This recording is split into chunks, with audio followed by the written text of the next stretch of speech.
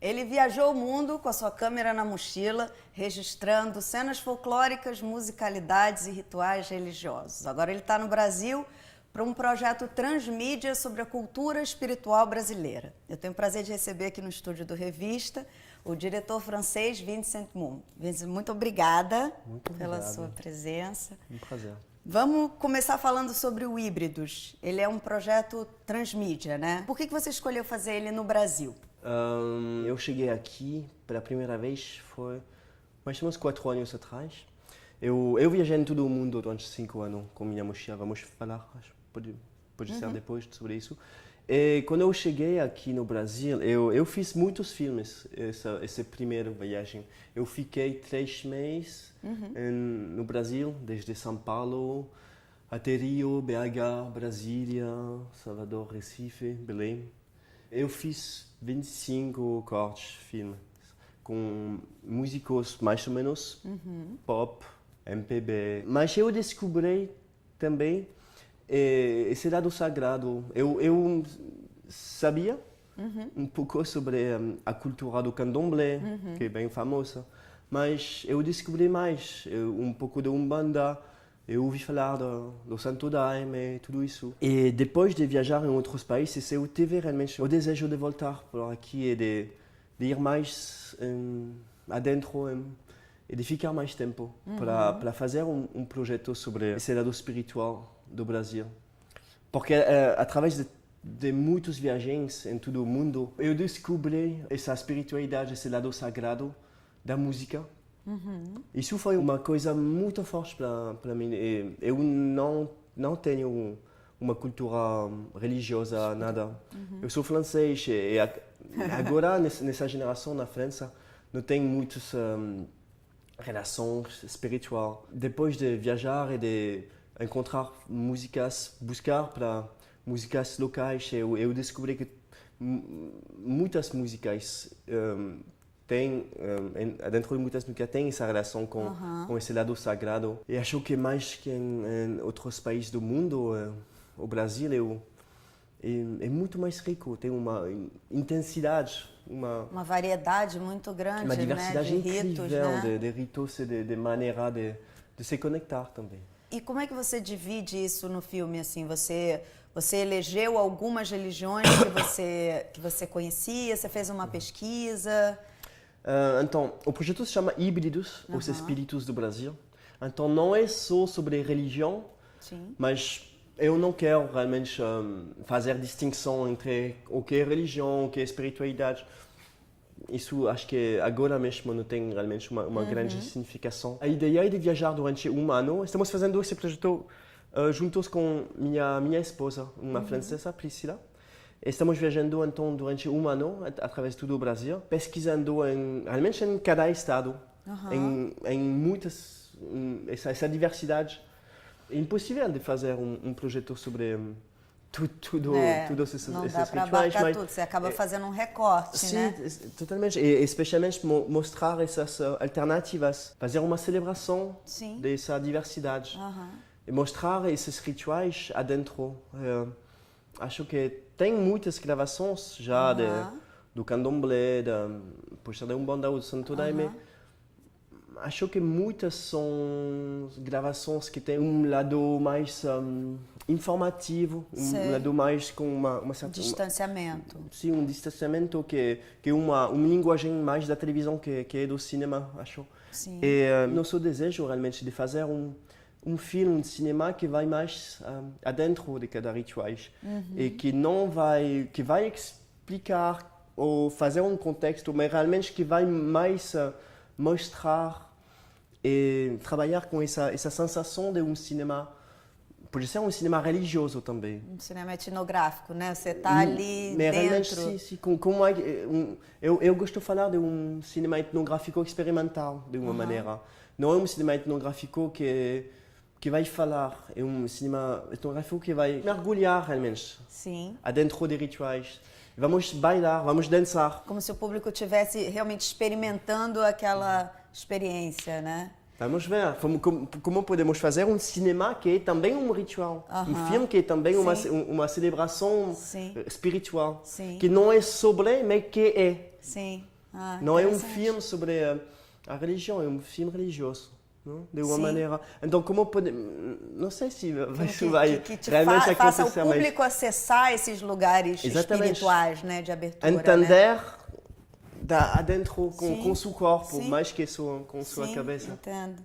E por que a gente pode dizer que é um projeto transmídia? Quais são os formatos que ele abarca? Tem muitos formatos, porque eu trabalhei já com várias formas. Meu trabalho é muito mais sobre como podemos usar novas tecnologias de uma maneira para abrir alternativas dentro desse mundo do cinema. Então, todo o meu trabalho até agora é disponível de maneira grátis. Na internet, Creative Commons, não é isso? Com licença Creative Commons, tudo. E também esse projeto vai. Eu gosto muito da ideia de open source. Todas essas gravações, vamos dar tudo. Sim. Por que a sua escolha de trabalhar dessa forma, de botar gratuito? Você acredita realmente que... Eu acredito, mas eu queria saber de você. Tem muitas coisas, podemos falar sobre isso durante horas, mas acho que meu sentimento, já fiz mais ou menos 10 anos que estou trabalhando com cinema, fazendo mais cortes, filmes cortes sobre música que longas. Do que longas, Mas o híbrido vai trabalhar essas várias formas. Então tem um grande filme de, não sei, de 2, 3 horas, vamos ver, que é um longa-metragem e que vai fazer uma mistura de todas essas cerimônias através do Brasil. Você pretende colocar isso em circuito? Eu não acredito muito nessas maneiras de fazer um lançamento de uma maneira tão clássica, especialmente por esse tipo de cinema. Que é um cinema que é um documentário, mas realmente é bem experimental também. Não é um trabalho que poderia ir para galerias, por exemplo? Também. Isso, por exemplo, é uma das formas. A ideia é de fazer esse filme de 2, 3 horas, mas também, sobre cada ritual, vamos fazer um corte de 10, 20, 30 minutos, que cada vez vamos dar para a comunidade, para a igreja, para o centro espiritual, e que vamos colocar na internet também. E pode ser que vamos ver se podemos fazer uma coleção para a televisão de vários filmes como uma série, né? Alguma coisa do gênero. Tem pequenas entrevistas com cada líder religioso, então. Mas também vamos fazer uma grande exposição do projeto com instalação vídeo dentro desse tipo de galeria. A ideia é também de fazer uma instalação sonora dentro pode ser um parque. Vamos ver se podemos construir essa exposição aqui no Rio, realmente, para fazer o lançamento. E também com a exposição de fotografias, porque temos muitas que fotografiar. A Priscila. A sua formação é de fotógrafo? Minha formação, sim, originalmente, mas há 10 e de mais Priscila de 10 anos também, não? E do Priscila, sim, a Priscila é fotógrafa. Até agora. Mas eu não fiz, eu não estou fazendo foto há muito tempo. Não posso realmente mesclar as duas coisas. Mas, então, é mais outras formas. Para mim, é a ideia de um cinema que é um híbrido também, realmente. E como podemos estar coerentes dessa maneira, como podemos fazer um cinema que vai abrir portas, que vamos usar o internet para esse tipo de forma, vamos usar essa grande sala para aproveitar todas as plataformas que estão disponíveis para divulgação, porque né? cada vez é uma experiência diferente. Senão fica diferente. todo mundo focado num tipo de distribuição só, né? E na verdade você tem alternativas que... Não, a ideia realmente é de experimentar. Eu falo muito sobre isso quando estou fazendo conferências ou várias coisas como isso, mas como é possível que agora temos acesso em todo o mundo, realmente, temos acesso a uma nova tecnologia de gravação, de imagens, do som, incrível, muito barato, muito mais que antes. Sim. E Então tem muito mais possibilidades para pessoas para experimentar, Sim. para abrir caminhos. Sim. Mas atualmente não é o resultado. O resultado é que mais pessoas estão fazendo a mesma coisa, de um mesmo jeito. E isso é um pouco triste. Não, realmente é um pouco. Verdade. Eu tenho esse sentimento com a maioridade. É difícil falar sobre isso. Eu não quero falar de uma maneira mais muito pretensiosa sobre. Mas meu sentimento é que necessitamos realmente de abrir esses caminhos, de mostrar que tem outras possibilidades. Não necessitamos de fazer tudo no mesmo formato, da mesma forma que está pré-concebido. Você pode ver os documentários que vão para festivais hoje. 90% do tempo são documentários que têm uma forma muito americana. É uma forma da televisão, padrão, né? Muito mais que do cinema, acho. Então, eu tenho realmente esse desejo de fazer um cinema, de trabalhar uma linguagem de cinema que tem uma ligação com vários tipos de cinema, mas acho que agora necessitamos de abrir muitos esses caminhos para mostrar que podemos experimentar com essa linguagem, com essa língua. Sim. Essa língua é muito complexa, muito complexa. E acho que agora tem uma simplificação dessa língua do cinema. Demais. Hoje, agora aqui, estamos gravando com 5D, mais ou menos, acho. Então, esse tipo de câmera é muito poderoso, mas tem uma imagem que é plástico demais para mim, de uma maneira. É definido demais. É definido demais, exatamente. Entendo. Eu gosto de uma imagem mais suja. Exatamente. Entendo. Muito. Entendo. E acho que é muito importante de entender isso. Porque determinadas câmeras hoje em dia enxergam mais do que o próprio olho humano, né? Exatamente. Você vê poros na pele da atriz que você ao vivo não vê, né? Não, mas tudo bom se tem muitas pessoas que estão usando essas câmeras, mas necessitamos também de usar outras coisas, para mostrar essa diversidade. Sim. Eu acho que quando estamos falando dessa ideia de globalização, de simplificação das culturas do mundo, também podemos falar do cinema dessa maneira. E a sua relação com a música, assim, o cinema e a música sempre foram paixões suas? Desde pequeno você já sabia que você ia trabalhar com isso? Não, eu não sei até agora se estou trabalhando sobre isso. Não, para mim não é um trabalho, não sei como Sim, mas eu acho que é isso. Quando você trabalha com arte dessa maneira, não tem mais essa diferença, né, assim, Porque normalmente eu não acredito na coisa dessa de especialização, de um job, de um trabalho. Eu não sou um profissional. Por exemplo, eu odeio essa ideia de profissionalidade. Não, eu sou um amador total, de uma maneira. Porque eu gosto de ter essa relação com esse medium, com essa câmera. Para mim, uma câmera é um instrumento. Sim. Uma câmera também é uma ferramenta. Pode ser uma caneta, pode ser uma guitarra, um violão. Mas eu estou usando uma câmera. Então, é minha maneira de trocar ideias com o mundo, de fazer uma interação com as pessoas, como posso usar esse ferramenta. Ferramenta. Desculpe. Não, imagina, você está saindo muito bem.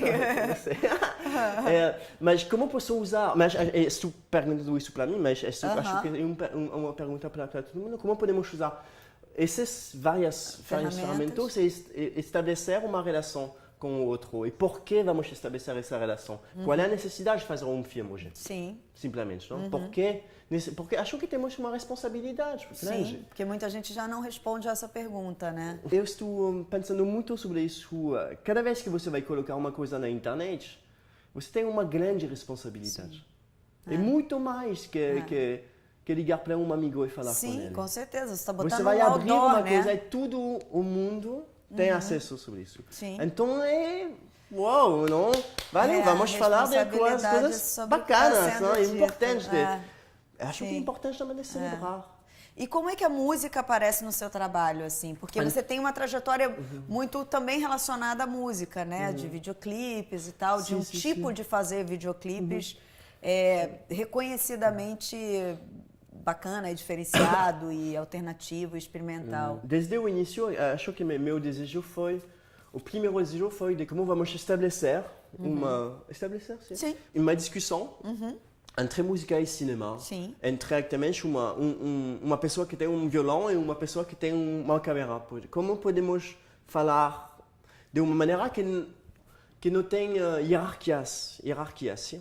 Quando estou falando isso, estou pensando que a maioridade realmente do videoclipe tem uma hierarquia grande entre a música e cinema, porque o videoclipe é uma maneira de fazer uma imagem com uma canção que já está gravada. Sim. E então, o início do videoclipe, a história do videoclipe é uma história de marketing da música. Vamos usar a televisão, de que maneira vamos divulgar essa música. Exatamente. Vamos fazer essa nova forma do videoclipe. Acho que tem realmente... isso foi meu pensamento desde anos atrás. Eu morei no Paris. Eu tive acesso com muitos concertos. Cada noite eu fui para um concerto de rock, de música experimental, noise. Não, você filmou Arcade Fire, R.E.M., não foi? Sim. Então, pouco a pouco, eu tive esse desejo de estabelecer uma outra relação, de abrir caminho para cinema que vai estar no mesmo nível que os músicos. Ok, vamos nos respeitar também, vamos fazer uma coisa juntos também. Sim. Isso que é uma importante. Uma jam, né? Uma jam. troca. Sim, não, exatamente. Também eu tive o desejo de fazer parte. Sim.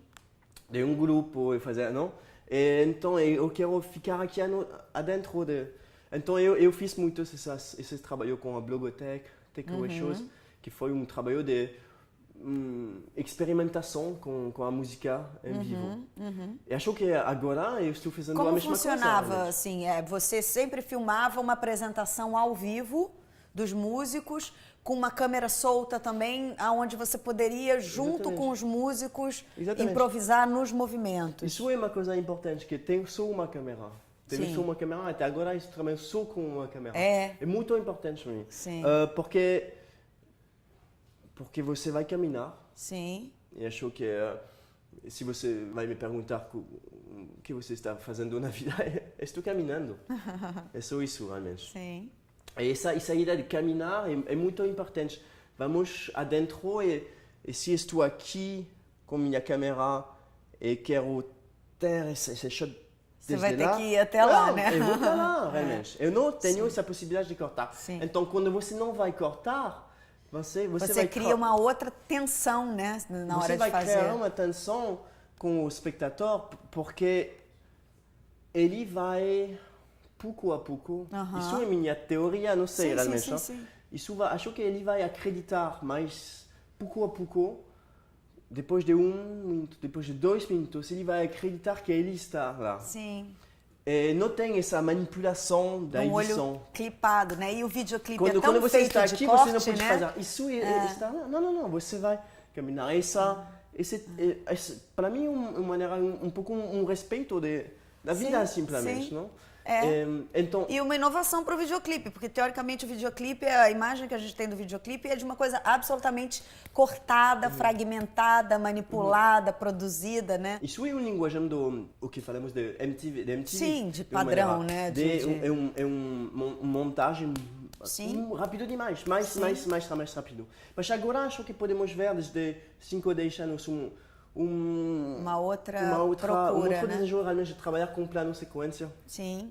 E que é muito interessante. E aí você também dentro do videoclipe. Sim, você teve uma crítica super bacana do New York Times, né? Que falou que você realmente estava reinventando a linguagem do videoclipe. Como você percebe esse formato hoje em dia, esse formato de videoclipe? Você acha que tem realmente essa mudança já hoje em dia? Você já percebe outras bandas, outros diretores propondo formas de fazer videoclipe um pouco mais soltas? Não sei porque eu não posso ver, eu não tenho muito tempo para ver isso, eu não tenho realmente o desejo de ver videoclipes, porque também meu desejo musical e sobre música, que não vai ter videoclipe da música de uma banda ou do Santo Daime, mas eu quero só ouvir isso agora. Eu sou, quando você vai para a minha casa agora, você vai ouvir só música afro-brasileira e tudo isso. Então, não sei realmente o que está... Sei o que está acontecendo. Não.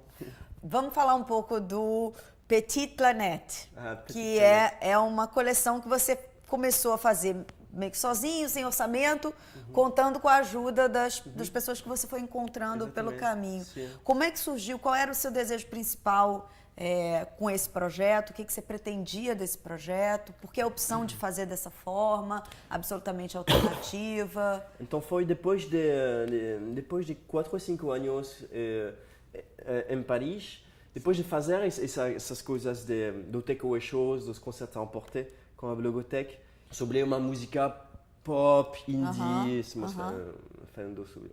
Eu tive desejo de descobrir uma outra coisa, não? Só desejo de... Eu não quero fazer a mesma coisa durante muito tempo, então eu viajei durante 5 anos com uma mochila. E sem parar, realmente, viajando em todo o mundo, só para descobrir esse mundo através do lado musical. Já tinha um contato com a questão da espiritualidade e da religiosidade? Não, era uma procura mais musical mesmo? Sim, musical. Sim. E o início foi realmente de descobrir o que é a música pop indie do Chile ou da Indonésia. Entendi.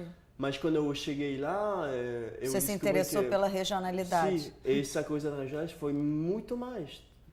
Porque antes eu não tive uma grande relação com a música tradicional da França ou dos outros países. Mas quando eu cheguei lá, eu vi que é muito mais que música.